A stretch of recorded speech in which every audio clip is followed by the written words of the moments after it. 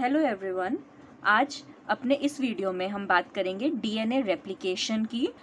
और क्योंकि DNA replication prokaryotes में भी होता है, यूकैरियोट्स में भी होता है, तो हम अपने इसमें बात करेंगे डीएनए रेप्लिकेशन के प्रोकैरियोट के इनिशिएशन फेज़ की। जैसा कि मैंने बताया था, रेप्लिकेशन 3 फेजेस में डिवाइड होता है, इनिशिएशन, इलोंगेशन और टर्मिनेशन। तो आज हम बात करेंगे डीएनए रेप्लिकेशन के प्रोकैरियोट के इनिशिएशन फेज़ की। देखते हैं डीएनए रेप्लिकेशन क्या है। DNA replication is the formation of DNA from DNA. किस तरीके से एक डीएनए मॉलिक्यूल से दूसरे डीएनए मॉलिक्यूल जो डॉटर डीएनए है उसको बोलते हैं डीएनए रेप्लिकेशन। और जैसा कि मेरे पुराने वाले वीडियो में ये बताया गया था कि DNA replication is a semi conservative process, और उसको प्रूव करने के लिए मेज़ेल्सन स्टॉल एक्सपेरिमेंट भी मैंने अपने पुराने वाले वीडियो में बताया था। उसका लिंक मैं यहाँ पे शेयर कर दूंगी इसमें, तो आपको पता चल जाएगा। ठीक है, तो हमें ये पता चल गया था कि डीएनए रेप्लिकेशन एक सेमी कंजर्वेटिव प्रोसेस है। तो ऑब्वियसली कोई भी प्रोसेस है तो उसको इनिशिएट होना होगा। जब उस प्रोसेस को इनिशिएट होना होगा तो वो इनिशिएट किसी भी पॉइंट से नहीं हो जाएगा, राइट। वो उस पॉइंट को इनिशिएट होने के लिए एक प्रॉपर जगह होती है या एक प्रॉपर सेट ऑफ न्यूक्लियोटाइड होंगे जहाँ से वो इनिशिएट होगा। तो ये है प्रोकैरियोट का, जो कि एक सिंगल सर्कुलर डीएनए होता है। इस सर्कुलर डीएनए में एक पॉइंट होता है जिसको हम बोलते हैं ओरी सी। ओरी सी एक ऐसा पॉइंट है जहाँ से डीएनए रेप्लिकेशन प्रोकैरियोट्स में इनिशिएट होता है, राइट। और जब यहाँ से आगे वो इनिशिएट होकर के यहाँ पे बहुत सारी चीज़ें, हेलिकेजेस आएंगे, पॉलीमरेजेस आएंगे, लोड होगा, आगे प्रोसेस बढ़ता जाएगा। तो ये जो ओरी सी पॉइंट है ये बहुत ही इंपॉर्टेंट है। ये सिर्फ एक सिंगल पॉइंट होता है प्रोकैरियोट्स में, बल्कि जब यूकैरियोट की बात करोगे तो ये मल्टीपल साइट्स होती है जहाँ से ओरिजिन हो सकता है। बट प्रोकैरियोट में सिर्फ एक ही पॉइंट है जिसको हम ओरी सी बोलते हैं। तो ये जो पॉइंट है ये कोई एक सिंगल पॉइंट नहीं है, सिंगल न्यूक्लियोटाइड नहीं है। ये क्या है? ये एक पूरा सेट है। सेट है 247 बेस पेयर्स का। मतलब इसमें अराउंड, इस पूरी ओरी सी को बनाने के लिए पूरा यहाँ से यहाँ तक 247 बेस पेयर्स लगे हैं, तब ये ओरी सी फॉर्म हुआ है, राइट।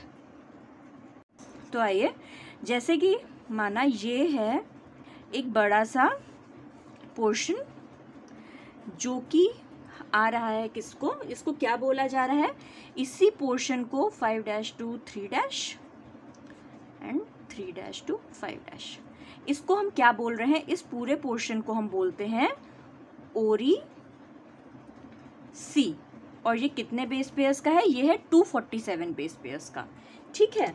और इस ओरी सी का जो रीजन है इसमें मर्स होते हैं। मर्स जैसे हम बोलते हैं ट्राइमर, मतलब तीन के सेट को ट्राइमर, 13 मर हो गया। इस तरीके से 13 न्यूक्लियोटाइड के सेट को, या हेक्सामर, 6 न्यूक्लियोटाइड को हेक्सामर। उसी तरीके से यहाँ पर 3 सेट होता है किसका?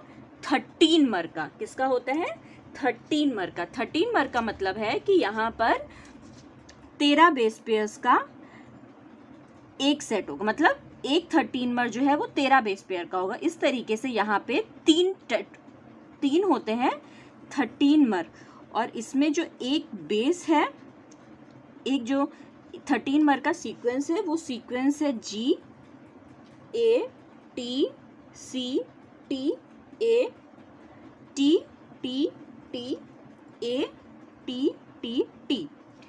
ठीक है, तो ये सीक्वेंस है किसका? ये है एक 13 मर के एक मर का सीक्वेंस, ठीक।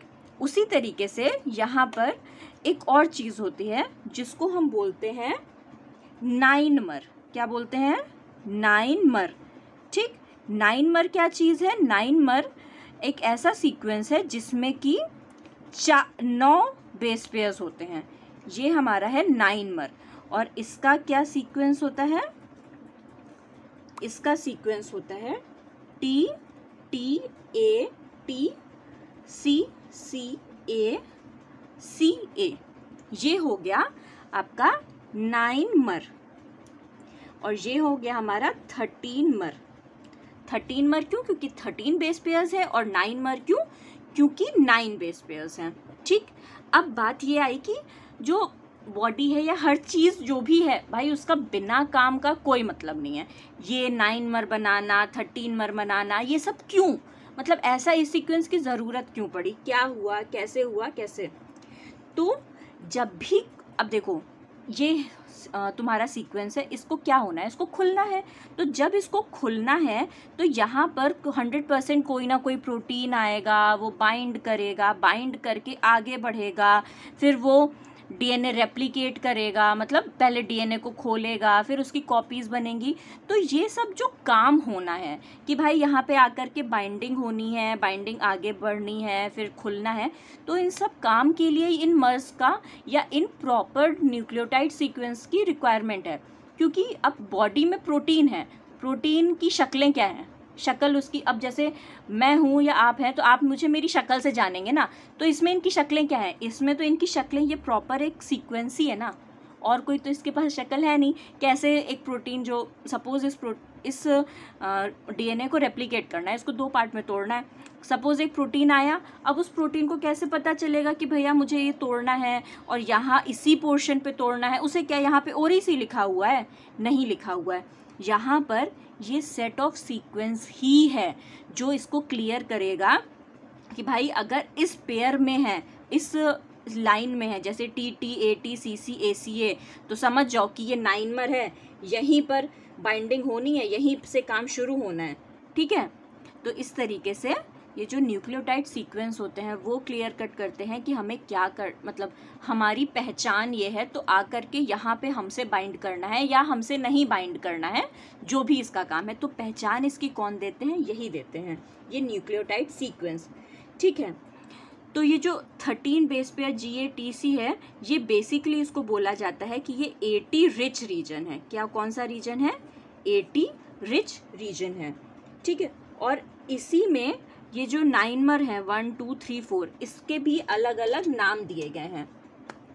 जैसे इस वाले को बोला गया है R1, इसको बोला गया है R2, इसको बोला गया है R3 और इसको बोला गया है R4, ठीक।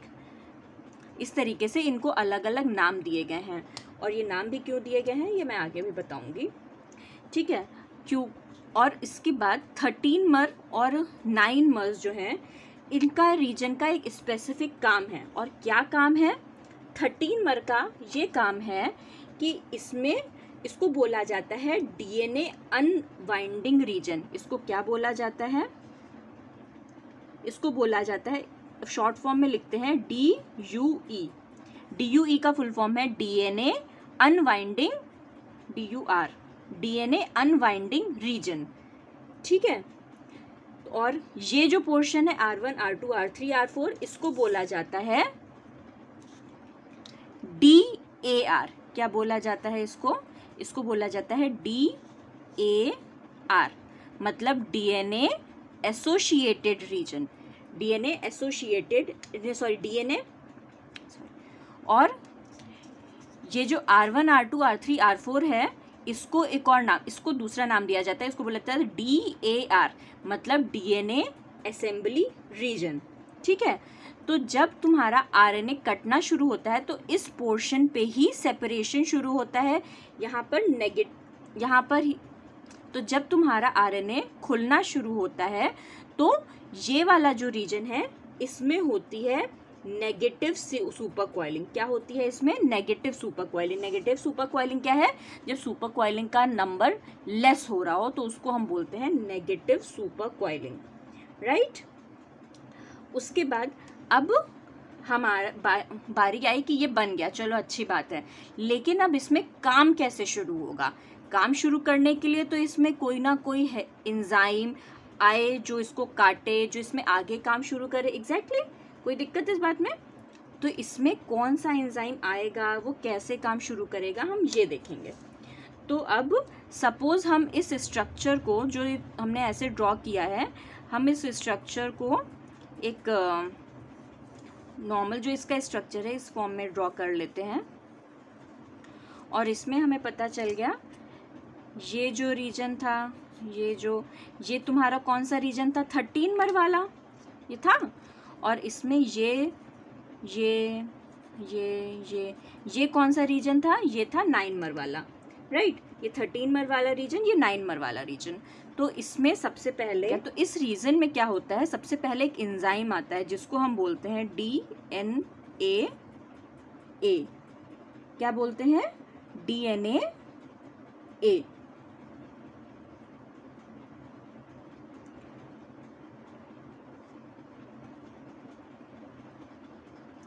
ठीक है, ये DNA आता है और ये आकर के कहाँ, सपोज ये इस तरीके का है, हम पर्पल से इसको डिनोट कर रहे हैं, पर्पल डॉट से।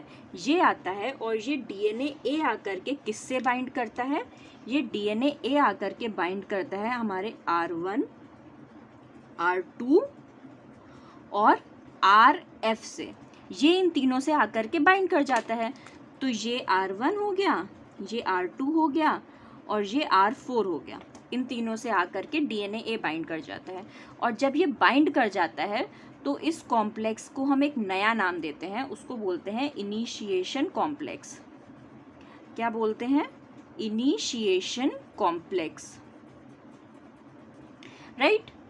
अब ये इनिशिएशन कॉम्प्लेक्स जो है ये क्या करता है? ये इनिशिएशन कॉम्प्लेक्स बना और इस DNA के पास क्या चीज़ होती है? DNA जो है जब ये बाइंड करता है तब ये इन स्ट्रैंड्स का सेपरेशन करता है। तो हम क्या लिखेंगे? It facilitate strand separation, right. मैं ना एक एक एंजाइम को अलग ये नहीं बना रही हूँ कि पूरा एक वन बाय वन सारे एंजाइम बता दूँ, ऐसा नहीं। मैं जैसे जैसे फंक्शन होता जाएगा वैसे वैसे एंजाइम का बताती जाऊँगी। इससे क्या होगा, आपको ना 1 by 1 याद रहेगा, आपको रटने की ज़रूरत नहीं है। और प्लीज़ कोई भी चीज़ रटिएगा नहीं। कोई नाम हो गया जैसे सीक्वेंस हो गया, या वो नाम को रटना अलग चीज़ है, लेकिन किसी भी फंक्शन के एंजाइम को रटने की ज़रूरत नहीं है। दिमाग में रखना है कि अच्छा ये एंजाइम यहाँ पे आया तो यहाँ पे इसका क्या काम होगा, ये आया क्यों। तो सपोज सबसे पहला काम क्या है? सबसे पहला काम है ना कि भाई स्ट्रैंड तो अलग हुए। जब तक ये बहुत ही टाइटली पैक होगा तब तक तो ये काम कर ही नहीं सकता। तो सबसे पहला DNA का क्या काम है? DNA का काम है कि ये फैसिलिटेट करे स्ट्रैंड सेपरेशन। सबसे पहले स्ट्रैंड्स अलग हों, राइट। तो DNA आया, स्ट्रैंड सेपरेशन हुए, या फिर क्या हो गई? मेल्टिंग हो गई। इस प्रोसेस को हम क्या बोलते हैं? मेल्टिंग बोलते हैं, राइट।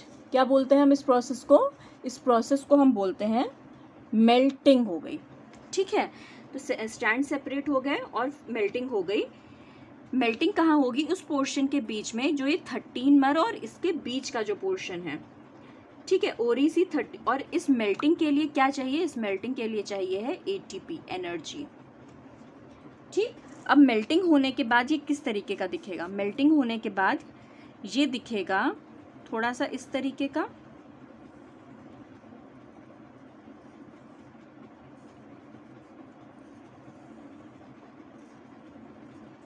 ऐसा दिखेगा, ठीक है, कोई दिक्कत? और इसमें क्या है, अभी ये बॉन्ड्स बने हुए हैं, ठीक। अब यहाँ पर दूसरा एंजाइम आएगा जिसको हम बोलते हैं सिंगल स्ट्रैंडेड बाइंडिंग प्रोटीन। क्या आएगा? Single stranded binding protein. वो सिंगल स्ट्रैंडेड बाइंडिंग प्रोटीन का क्या काम है? सिंगल स्ट्रैंडेड बाइंडिंग प्रोटीन का ये काम है कि वो तुम्हारे जो स्ट्रैंड्स हैं उनको सेपरेट रखता है।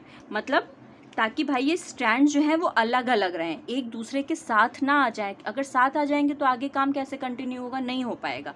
इसलिए अब DNA ने क्या किया? मेल्ट तो कर दिया, चलो ये अलग हो गया, लेकिन अब वो अलग अलग स्टेट में मेंटेन तो रहें, क्योंकि भाई इनिशिएशन कॉम्प्लेक्स पूरा बनना है, पॉलीमरेज एंजाइम्स आने हैं, काम होना है, तो ये अलग अलग रहें। तो इसको अलग अलग करने के लिए कौन चाहिए होता है? इसको अलग अलग करने के लिए चाहिए होता है सिंगल स्ट्रैंडेड बाइंडिंग प्रोटीन, जिसको हम शॉर्ट फॉर्म में बोलते हैं SSB, राइट। अब इतना होने के बाद यहाँ पर जो नेक्स्ट एंजाइम आएगा वो आएगा तुम्हारा हेलिकेज। कौन सा एंजाइम आएगा नेक्स्ट? नेक्स्ट एंजाइम आएगा हेलिकेज। हेलिकेजेस का क्या फंक्शन है? और हेलिकेजेस का फंक्शन है कि ये जो तुम्हारे बॉन्ड्स हैं, हाइड्रोजन बॉन्ड, ये इनको तोड़ता है। ठीक है, और इन 2 स्ट्रैंड्स को प्रॉपरली सेपरेट कर देता है। तो हेलिकेजेस प्रोकैरियोट के केस में हेलिकेजेस का क्या नाम है? हेलिकेजेस का नाम है DNA-B। और ये हेलिकेजेस पता है कैसे होते हैं? ये एकदम होते हैं IAS ऑफिसर की तरह। तो सपोज इनको एक घर में घुसना है और उस घर में घुस करके बोलना है कि हम इस घर को IAS ऑफिसर नहीं कहेंगे, कोई भी ऑफिसर बोल लो। तो सपोज ये हेलिकेजेस क्या होते हैं? ये एक जैसे गुंडे नहीं होते हैं उस तरीके से होते हैं। इनको कहना है कि हम इस घर में घुसेंगे और इस घर को तोड़ देंगे। तो अब आप लोगों ने एक चीज़ देखी होगी कि ये लोग ना कभी जो गुंडे उंडे होते हैं कभी अकेले नहीं चलते हैं, अकेले चलने की हिम्मत ही नहीं होती है, ये चलते हैं हमेशा 2-4 बंदों को आसपास लेके। तो हेलिकेजेस जो हैं ये भी अपने हेल्पर लेकर के चलेंगे या अपने वही चेले चापर टाइप के लोग। तो इसके चेले चापर जो टाइप के लोग हैं उनको हम क्या बोलते हैं? Helicase loader. ठीक, और ये हेलिकेज लोडर को हम क्या है प्रोकैरियोट के केस में ये है DNA-C। क्या है ये? DNA-C। ये सारी चीज़ें आपको यूकैरियोट में भी मिलेंगी, बस उनके नाम अलग अलग हो जाएंगे। तो जब हम वहाँ चलेंगे वहाँ पे सुनेंगे। तो हेलिकेजेस क्या हो गए? DNA-B। हेलिकेज लोडर क्या हो गए? DNA-C। तो ये हेलिकेजेस यहाँ आएंगे किसके साथ? अपने हेलिकेज लोडर के साथ, अपने हेल्पर के साथ।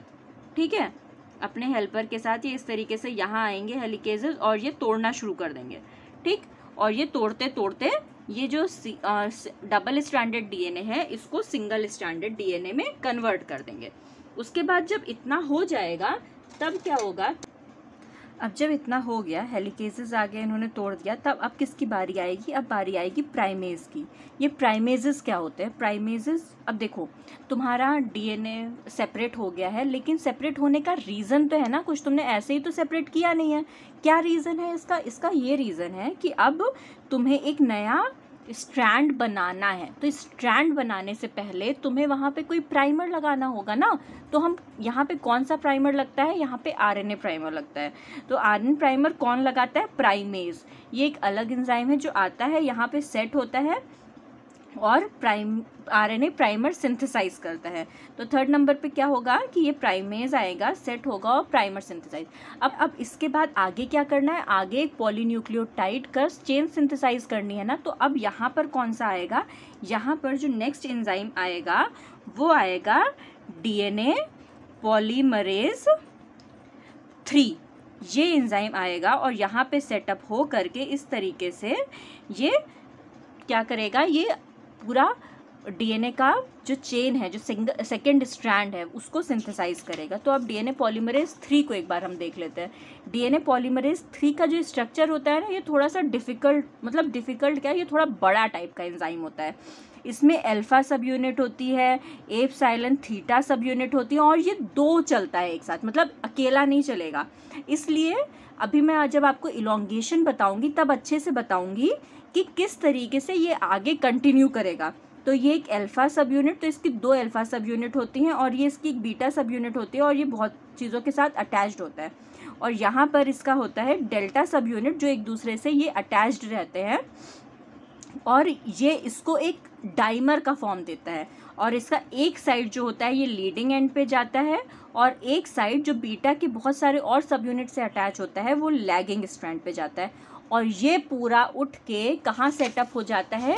ये पूरा उठ के सेटअप हो जाता है इस पे। और ये ऐसे सेटअप नहीं होता है, ये थोड़ा मुड़ता उड़ता है तब सेटअप होता है। ये पूरा इलॉन्गेशन में जब होएगा तब मैं बताऊंगी कि किस तरीके से आगे बढ़ता है, कैसे ये काम करता है। ठीक है, ठीक है। तो अभी हम इसके इनिशिएशन के मेन बेसिक पॉइंट जान लेंगे कि इनिशिएशन के बेसिक पॉइंट क्या है और 1 बाय 1 इनिशिएशन में इवेंट कैसे होते हैं। तो पहला इवेंट क्या है कि भैया ये पता करो ओरिसी क्या है। ओरिसी का पता करना ये पहला इवेंट है, ठीक है। और ओरिसी का पता करने के बाद DNA-A जो है वो इस पे जा कर के ओरिसी पे बाइंड कर जाएगा। ओरिसी के किस पे? R1, R2 और R4 के, और इनिशिएशन कॉम्प्लेक्स बना लेगा और मेल्टिंग शुरू हो जाएगी। जब ये काम हो गया तब दूसरा काम आता है कि ये हेलिकेज और हेलिकेज लोडर है, ये इस पे आ जाएंगे तुम्हारे किस पे? DNA जो अलग अलग हुआ था उस पे हेलिकेज लोडर आ जाएंगे और वो उसको अलग अलग करेंगे। ठीक है, डीएनए हेलिकेजेस। अब हेलिकेज जो है वो हेलिक्स को ओपन करेगा और प्राइमेज की लोडिंग कर देगा, जिससे कि आरएनए प्राइमर लेट डाउन हुए। अब जब आरएनए प्राइमर लेट डाउन होगा तब आरएनए प्राइमर सिंथेसाइज होएगा और डीएनए पॉलीमरेज थर्ड जो है वो यहाँ पर आकर के बैठेगा और डीएनए का पॉलीमराइजेशन स्टार्ट करेगा। ठीक, इतना प्रोसेस हो गया किसका, इनिशिएशन का। तो आज का वीडियो बस इतना ही, जिसमें हमने ये जाना कि डीएनए रेप्लिकेशन में प्रोकैरियोट में इनिशिएशन कैसा होता है। होपफुली आपको समझ में आया होगा, ना समझ में आए तो हमें कमेंट करके बताएं, समझ में आया हो तब भी कमेंट करके बताएं। ठीक है, thank you for watching this video.